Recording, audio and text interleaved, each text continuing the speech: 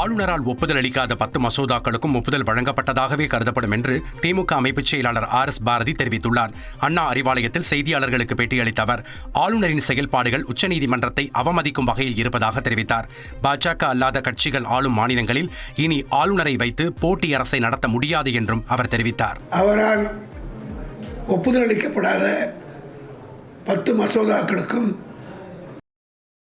ஒப்புதல் அளிக்கப்பட்டதாகவே சட்டத்தில் முன் அதுதான் அதனுடைய பொருளாக எடுத்துக்கொள்ளலாம். உச்சநீதிமன்ற தீர்ப்பு சட்டமன்ற அதிகாரங்களை ஆளுநர்கள் அபகரிக்கும் போக்கிற்கு எதிரான எச்சரிக்கை என கேரள முதல்வர் பினராயி விஜயன் கருத்து தெரிவித்துள்ளார்.